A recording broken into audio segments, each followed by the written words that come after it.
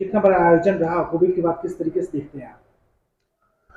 Covid 2019 के बाद हमारा डीएवी ऑर्गेनाइजेशन का नेशनल स्पोर्ट्स यूनिट है जो कि एसजीएफआई से एफिलिएटेड है and which has been headed by और national coordinator is our honourable JP Sood साहब under the umbrella of DAV college managing committee which is our president is honourable प्रधान Padmashri doctor Poonam Suri जी।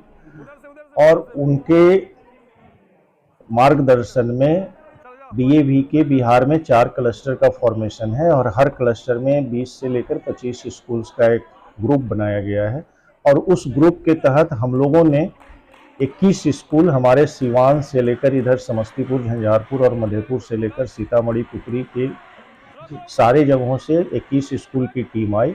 9 से 10 तक डीएवी बखरी मुजफ्फरपुर ने क्लस्टर स्पोर्ट्स मीट को organise किया जो कि तिरहुत शारीरिक प्रशिक्षण महाविद्यालय में हुआ। उसी तरीके में 15-16 में जितने भी गेम्स थे पुपरी, सीतामढ़ी, मोतिहारी,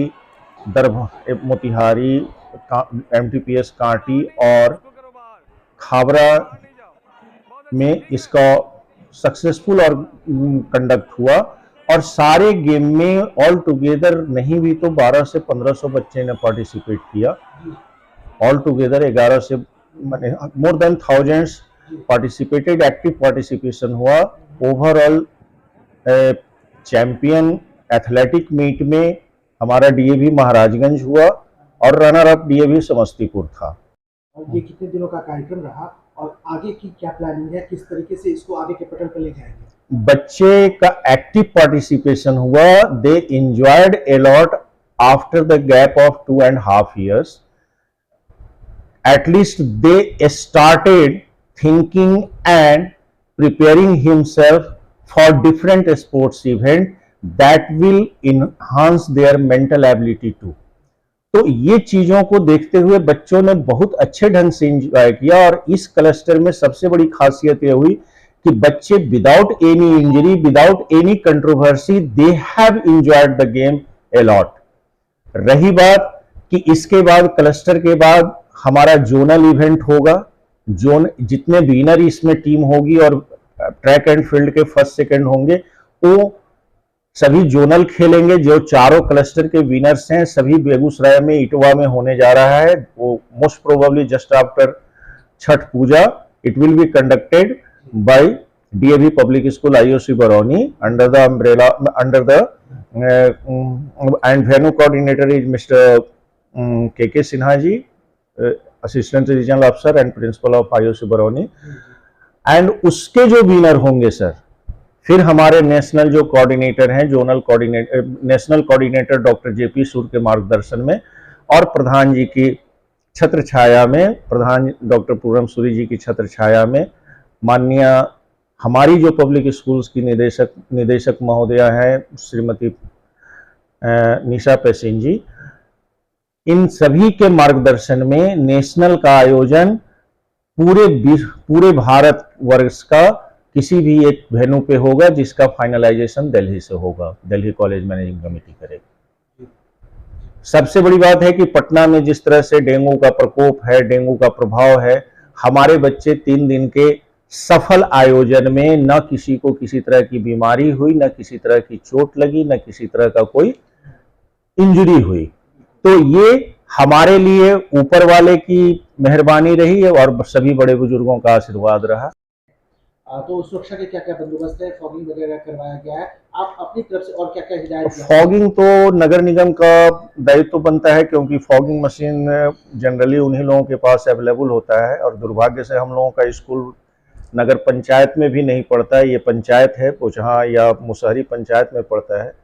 तो फॉगिंग तो उनके लेवल से नहीं हुई है, लेकिन हम लोग अपने साइड से पेस्ट कंट्रोल का और ब्लीचिंग का स्प्रेडिंग, पेस्टिसाइड्स और इंसेक्टिसाइड, खास करके इंसेक्टिसाइड्स का छिड़काव टाइम टू टाइम करते रहते हैं और हमारे जितने भी सफाई कर्मी हैं और ग्रुप डी एम्प्लॉइज हैं प्रॉपर सैनिटेशन और इसका व्यवस्था रखते हैं। सौभाग्य ये है कि अभी डेंगू का प्रकोप पटना तक ही सीमित है, मुजफ्फरपुर में अभी उसकी महामारी इस तरीके से नहीं आई है जो पटना में प्रभावित कर रखा है लोगों को। अभी मुजफ्फरपुर तक इसकी धमक नहीं हुई है, और शायद न हो अगर हम प्रॉपर प्रिकॉशन रखें, फुल स्लीव का शर्ट पहने और मॉस्किटो नेट का यूज करें शाम के बाद, और अपने घर को और अपने आसपास के क्षेत्रों को स्टैग्नेंट वाटर से फ्री रखें जहां मॉस्किटो का डेवलपमेंट होता है। सर, शायद मुजफ्फरपुर डीएवी स्कूल अपने आप में आपके नेतृत्व में एक क्रांतिकारी कदम उठाने जा रहा है। हर एक बसों में सीसीटीवी जो कैमरे हैं, हर एक बसों को उससे लैस किया जा रहा है। क्या ये बात सही है और क्या इसकी शुरुआत हो चुकी है? सर, हम लोग जीपीएस से तो इक्विप्ड कर दिए सारे बसों को, और अभी ट्रायल बेसिस पे एक दो बसों में हमने कंसर्न फॉर्म से मैंने कैमरा लगवाया है।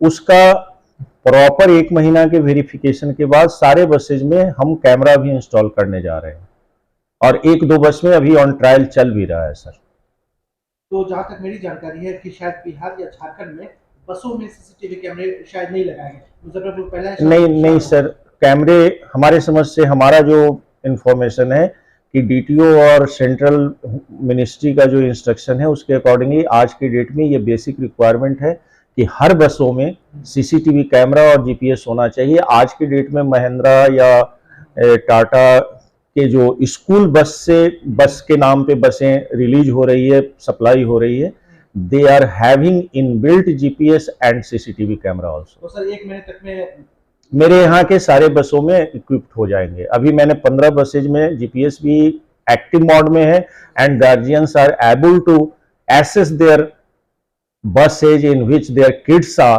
they can access the bus and its location also. It has been, its SS login password has been provided to them. They are assessing it. Sir, ये बहुत बड़ा क्रांतिकारी कदम है।